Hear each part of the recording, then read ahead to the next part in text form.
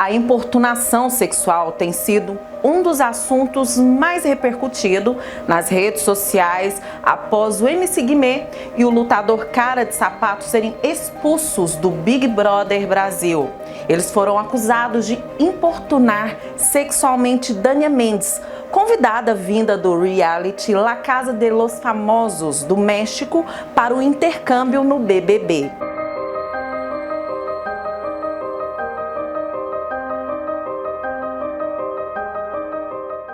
Em imagens que circulam nas redes, Guimê é visto passando a mão nas nádegas e nos seios de Dania durante a festa do líder. Já Sapato chegou a roubar um beijo da mexicana e brincar segurando a moça na cama. O crime de importunação sexual é o ato pelo qual a vítima é constrangida sem a sua anuência por outra pessoa, quando esta pratica atos libidinosos, tais como abraçar, beijar, forçar um abraço, puxar o braço.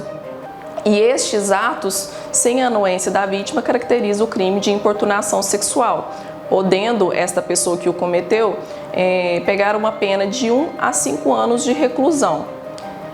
Além disso, existe ainda a diferença do crime de assédio sexual. O assédio sexual, ele é praticamente a mesma coisa que o de importunação sexual, no entanto ele é praticado por um chefe, por um patrão no setor do trabalho, no ambiente de trabalho. Então, quando é praticado por um superior hierárquico, a gente fala-se de assédio sexual.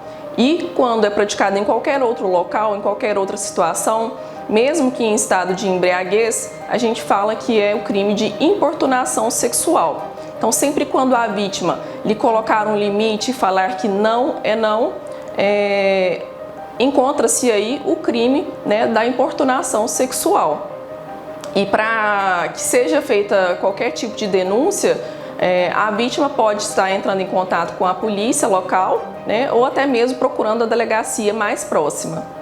No Brasil, ao menos 45% das mulheres afirmam já terem tido o corpo tocado sem seu consentimento em local público. Por outro lado, apenas 5% dos homens admitem já ter feito isso. Os dados são de uma pesquisa divulgada pelo Instituto Patrícia Galvão e expõem a prática da importunação sexual no Brasil. E a Raquel Souza, que é psicóloga, vai abordar um pouco sobre esse assunto com a gente. Seja bem-vinda, Raquel. Muito obrigada, Lorena. Eu gostaria que você começasse falando pra gente o seguinte: geralmente, quando a pessoa se encontra nesse tipo de situação, ela identifica que ela está sendo vítima de algum tipo de abuso? Então, acredito por isso que é muito importante a gente ter essa conversa que a gente está tendo hoje. Porque quanto mais a gente conversar sobre isso, mais a gente vai levar esse conhecimento para essas mulheres. Porque nem sempre elas vão se identificar nessa situação enquanto vítimas, nem sempre elas vão identificar que elas estão passando por essa situação. Até porque essas situações elas podem acontecer até mesmo dentro de um relacionamento amoroso. Então, para essas mulheres é muito difícil identificar assim que elas estão passando por isso. Então, quanto mais a gente falar, quanto mais a gente disseminar esse conhecimento, mais fácil vai ser para elas, ter essa consciência de que não é normal o que elas estão passando. E em relação às pessoas, às vezes, que não estão passando por essa situação, mas que veem, que reconhecem, é muito importante que elas também não fiquem omissas nessas situações e que elas se falem, que elas alertem essas mulheres. Essas mulheres muitas vezes se sentem até culpadas ou não entendem naquele momento o que está acontecendo, o que é importante o que você falou, de quem tem em volta, sim, acolher aquela pessoa e falar, falar assim, olha, tá errado isso aí. Sim. O que isso pode causar psicologicamente na vítima? Essas causas, essas consequências, na verdade, elas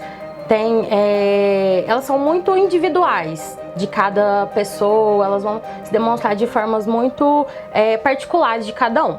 Mas existem sim algumas características mais gerais que a gente pode observar, que muitas vezes são consequências na autoestima, sentimento de culpa, traumas em relação à confiança, são alguns dos aspectos mais gerais que a gente pode observar nessas mulheres. E tem aquele caso seguinte, né, que às vezes a mulher, ela se culpa, tipo assim, a culpa foi minha porque eu bebi, a culpa foi minha porque eu dei um sorriso, sim, né?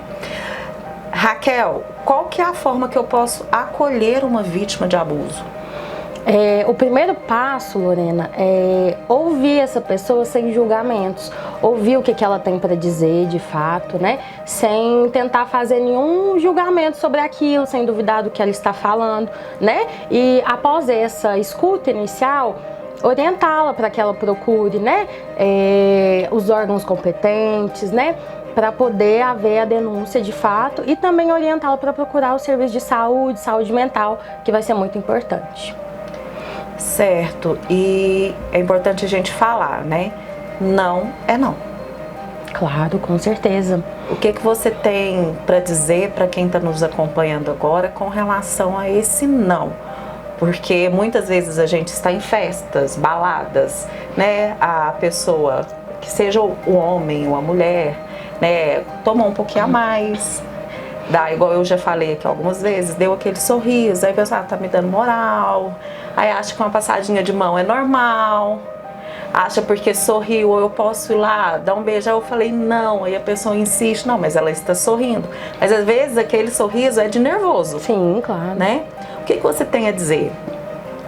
Então, primeiramente, assim, pra gente pensar em questões de prevenção lá na frente, né? Pra gente criar uma sociedade que não desvaloriza esse discurso da mulher, né? Que não desvaloriza essa relação consensual, falar para os pais, conversem com seus filhos a respeito de relação, a respeito de consentimento, né? A gente precisa sim ter esse aval, a gente precisa sim ter essa permissão para poder se relacionar com o outro. Ao contrário disso, né? Qualquer tentativa de contato não precisa necessariamente, né, ser uma relação sexual de fato. Qualquer tentativa de contato, qualquer discurso que seja intimidador, qualquer discurso que te deixe mais intimidada, né, ele é sim configurado enquanto abuso e a gente não pode se calar diante dessas situações. Qual que é a mensagem final que você deixa? Eu queria deixar aberto, assim, né, que eu estou à disposição para acolher essas mulheres. Se você se encontra nessa situação, não deixe de procurar ajuda, tanto, né, nos órgãos de justiça, tanto também na questão de saúde mental. Eu estou aberta para acolher vocês, né, e deixo aqui a minha solidariedade e muito obrigada pela oportunidade. Lorena, é muito importante o que a gente está fazendo aqui hoje. Eu que agradeço. Bom, pessoal, e a gente fica por aqui, vamos finalizando, mas eu gostaria também de deixar uma mensagem que quando é não, ele é não mesmo. Então, como a gente já falou aqui durante a nossa conversa, o nosso bate-papo, independente se a mulher ela está sorrindo ou se ela está alcoolizada, embriagada ou até mesmo o homem, né? Se a pessoa ela te disser um não, aceite o não. Eu sei que a gente vive numa sociedade que essa cultura, a Raquel pode até confirmar isso, essa cultura de que o homem pode, a pessoa pode sim chegar, independente disso, é uma questão muito cultural. Isso a gente tem que começar a modificar o nosso pensamento, a nossa forma de agir. Então fica o alerta aí, e para você que foi vítima, denuncie e também busque ajuda. Isso.